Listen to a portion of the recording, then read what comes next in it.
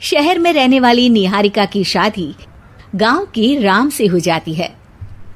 निहारिका को ज्यादा किसी चीज का शौक नहीं होता, जिस वजह से वो ससुराल में खुशी से रह रही होती है। लेकिन गोलगप्पों का प्यार सबको बहुत परेशान करता है। देखो जी, हमारी शादी को ना 1 हफ्ता हो गया और मुझे गोलगप्पे खाए हुए पूरे 7 दिन बीत गए। इतने लंबे समय तक अपने गोलगप्पों के बिना मैं आज तक नहीं रही। ओहो, आई बड़ी गोलगप्पे खाने वाली। हुक्म तो ऐसे चला रही है जैसे तेरे पापा ने हमें यहाँ कोई दुकान खोल कर दी हो।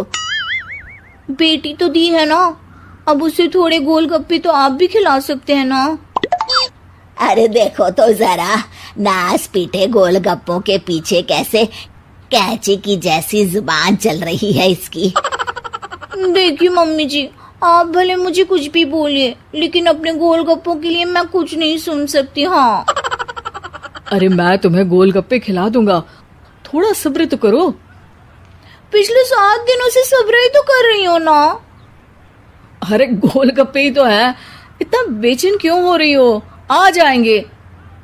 सुनो जी, हम लड़कियां पति के बिना रह सकती हैं, पर गोलगप्पों के बिना नहीं, कभी नहीं। वो मेरा पहला और आखिरी प्यार है। निहारिका की बात सुनकर उसकी सास और पति सिर पकड़कर बैठ जाते हैं। जिसके बाद राम गोलगप्पों का इंतजाम करने घर से बाहर चला जाता है। कुछ देर बाद वो गोलगप्पे लेकर घर वापस आता है, जिन्हें देखकर निहारिका सारे काम छोड़कर खुशी से भागते हुए राम के पास आती है। तुम आ गए? इतनी देर क्यों लगाए? पता है ना मैंने तुम्हें कितना मिस किया। अरे थोड़ी देर पहले ही तो घर से गया था। क्या तुम? अरे मैं तो अपने गोलगप्पों से बात कर रही हूँ, तुमसे नहीं। निहारिका का गोलगप्पों के लिए ऐसा प्यार देखकर राम हैरान रह जाता है। अब वो गोलगप्पों को प्लेट में अच्छे से सजाकर उन्हें खाने बैठती है, लेकिन पहला गोलगप्पा खाते ही वो गुस्से में प्लेट खिसका देती है। ये कैसे घटिया गोलगप्पे उठा कर ले आए? न पानी में स्वाद, न गोलगप्पों में। हाय हाय, महारानी के नखरे तो देखो, इन्हें गोलगप्पे में भी अलग अलग स्वाद चाहिए। ठीक है, आप लोग इस पर बहस मत शुरू कर देना, मैं ना कल दूसरी जगह से खरीद लाऊंगा, ठीक है? अगले दिन राम निहारिका के लिए गांव में दूसरी दुकान से गोलगप्पे खरीद कर लाता है, पर उसे वो भी पसंद नहीं आते। जिसके बाद बहुत दिनों तक यही सिलसिला चलता रहता है, जिसमें राम अपनी पत्नी के लिए दूसरे गांव तक जाकर वहां से भी गोलगप्पे खरीद कर लाता है। पर निहारिका को कहीं के कोई भी गोलगप्पे पसंद ही नहीं आते। तुमको तो अच्छे गोलगप्पे की पहचान करना आता ही नहीं है। तुमको गोलगप्पे का प्यार पता ही नहीं है, तुमसे कुछ होता ही नहीं है। अरे तुमसे बहुत होता है तो तुम खुद कर लो ना। सास की बात पर निहारिका बैग पैक करके घर से जाने लगती है, जिस पर राम उसे रोकते हुए कहता है, अरे इतनी सी बात पर कोई घर छोड़कर जाता है क्या? मैं कल शहर जाकर तुम्हारी पसंद के गोलगप्पे ले आऊंगा, ठीक है?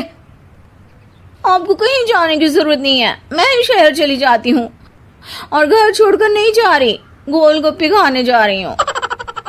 ये कहकर निहारिका शहर में अपने पापा के घर चली जाती है, जहाँ पर वो सुबह के नाश्ते से लेकर रात के खाने तक में मन और पेट भर कर गोलगप्पे खाती रहती है, जिससे उसकी तबीयत खराब हो जाती है और उसे अस्पताल में एडमिट करना पड़ता है।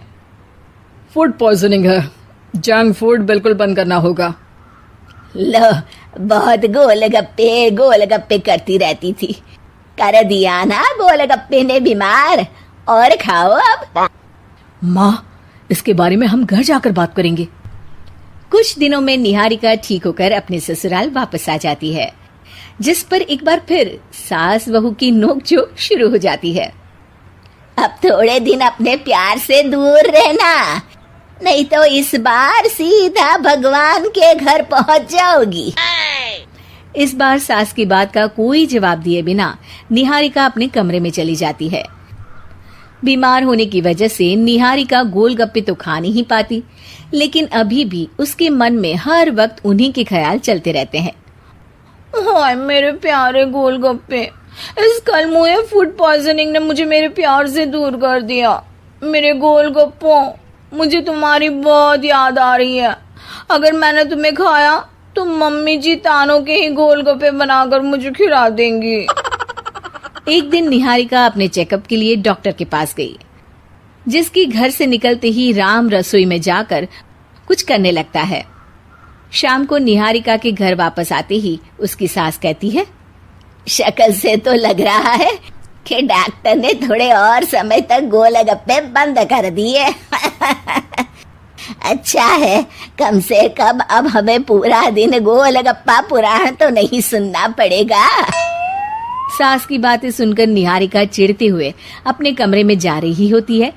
तभी राम गोलगप्पों से भरी एक बड़ी प्लेट लेकर उसके सामने आ जाता है, जिन्हें देखकर निहारिका का चेहरा खिल उठता है। ये मैंने तुम्हारे लिए बनाया है। तुम्हें अपने पसंद की चीज खाने से कोई नहीं रोक रहा। जितना खाना है उतना खाओ, लेकिन उससे खाने की एक लिमिट होनी चाहिए। हाँ बहू, किसी भी चीज की अति हमेशा नुकसानदायक ही होती है। ठीक है, पर अभी मुंह में पानी आ रहा है। गोलगप्पे खाऊं प्लीज? अरे अकेले क्यों, सब साथ मिलकर खाएंगे ना।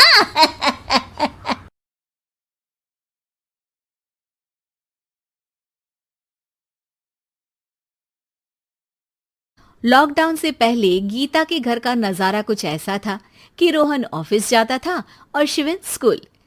जिनके घर से जाने के बाद गीता काम खत्म करके बाकी समय आराम करती थी। लेकिन लॉकडाउन के बाद ऑफिस और स्कूल घर में ही खुल गए और इससे गीता का हाल वो तो आपको देखने में ही मजा आएगा। शिविन, ओ शिविन, महाराज उठने के लिए क्या 21 तोपों की सलामी लेंगे? अरे बिस्तर से बाहर निकल, ऑनलाइन क्लास स्टार्ट होने वाली है। अरे तुम भी हद करती हो। स्पीकर की तरह चिल्लाने की क्या जरूरत है? दिख नहीं रहा मेरी कॉन्फ्रेंस चल रही है। अब कैमरा और स्पीकर ऑन कर रहा हूं, मुझे कोई शोर नहीं चाहिए। इस पर जैसे ही रोहन लैपटॉप का कैमरा और स्पीकर ऑन करता है, तभी कुकर की सीटी बजती है। करा लो अब इसे चुप। लॉकडाउन नहीं हुआ, मेरी मौत का फरमान जारी हो गया। दोनों बाप बेटे ने नाक में दम किया हुआ है। ऐसा बोलकर गीता वहां से शिविन के कमरे में पहुंच जाती है, जहां शिविन अभी भी सो रहा होता है। ओ आलसी, अब अगर 5 मिनट में नहीं उठाना तो आज तेरा गेम और यूट्यूब कैंसिल। माँ की बात सुनकर शिविन बिना 1 मिनट गंवाए उठ खड़ा होता है।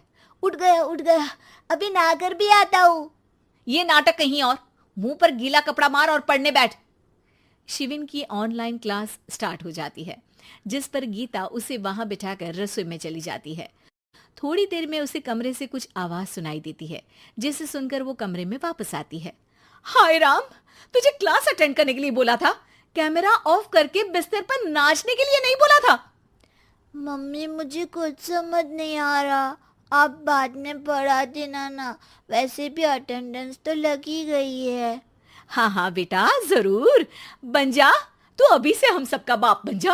अरे नहीं मतलब कहाँ से लाते हो इतना दिमाग, और पढ़ाई करते हुए ये चला कहाँ जाता है? नाइस क्वेश्चन, दिमाग से पूछकर बता दूंगा। शिविन की बातों से परेशान होकर गीता उसे मारने के लिए जैसे ही आगे बढ़ती है, तभी वो कमरे से बाहर भाग जाता है। अब शिविन आगे आगे और गीता हाथ में चप्पल पकड़े उसके पीछे पीछे पूरे घर में दोनों घूम रहे होते हैं। इसी बीच वो रोहन के पास पहुंच जाता है और शिविन को मारने वाली चप्पल रोहन के लैपटॉप पर जाकर गिरती है। ओए माँ! मम्मी, अब पापा को चप्पल मार रही हो? वो आज तक के रिपोर्टर, चुपचाप जाकर क्लास अटेंड कर ले, नहीं तो अगली तेरे पीछे लगेगी। इस पर शिविन वहां से चला जाता है, जिसके बाद रोहन गीता से कहता है, इस सर्कस के लिए कुछ बोलना चाहोगी?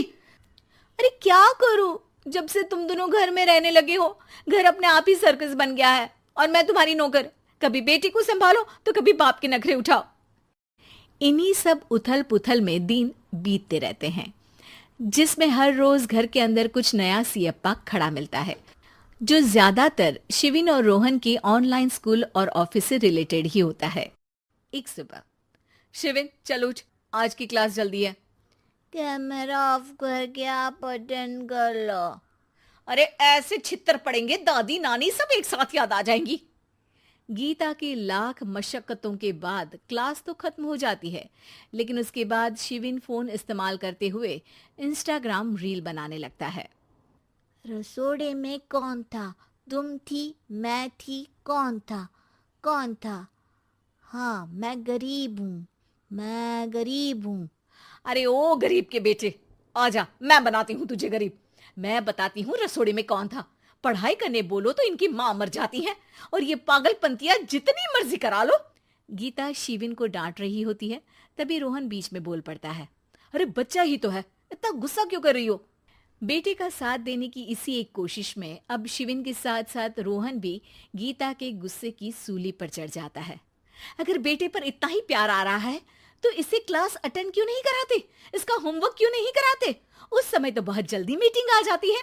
वो काम मैं करूं और यहाँ इस बेफिजुली की चीज में तरफदारी करके बन जाओ महान।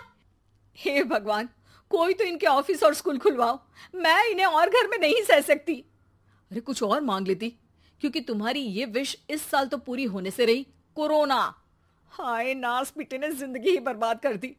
खाए कोई पचाए कोई, कल मुझे चुन चुन कर सबको मेरी बद्दुआ लगेगी। उन्होंने दुनिया का और इन बाप बेटे दोनों ने मेरा जीना मुश्किल कर दिया। गीता वहां से चली जाती है, जिसके बाद रोहन शिविन से कहता है, अरे तुम्हारी मम्मी इतनी भड़की हुई क्यों है? आपकी वजह से पूरा समय घर में रहते हो और उस पर कोई काम कराने की जगह बस ऑर्डर देते रहते हो। अच्छा बेटे, सारा इल्जाम मुझ पर? पूरा दिन तो वो तुम पर ही चिल्लाती है। हाँ, मतलब दोनों का 50-50 है, कुछ करना पड़ेगा। वो कहते ना, make the best out of worst. I have an idea. वैसे तुम्हारी माँ सही कहती है, बहुत जुबान चलाने लगे हो, कम बोला करो। अगली सुबह रोहन और शिविन अपनी गलती को सुधारने के लिए गीता के उठने से पहले घर का आधा काम खत्म कर देते हैं, जिसे देखकर गीता खुश हो जाती है और फिर बाकी बचा काम वो तीनों मिलकर पूरा कर लेते हैं। जिसके बाद अब वो सब मिल बांट कर हर काम में एक दूसरे की मदद करते हुए लॉकडाउन का मजा लेने लगते हैं।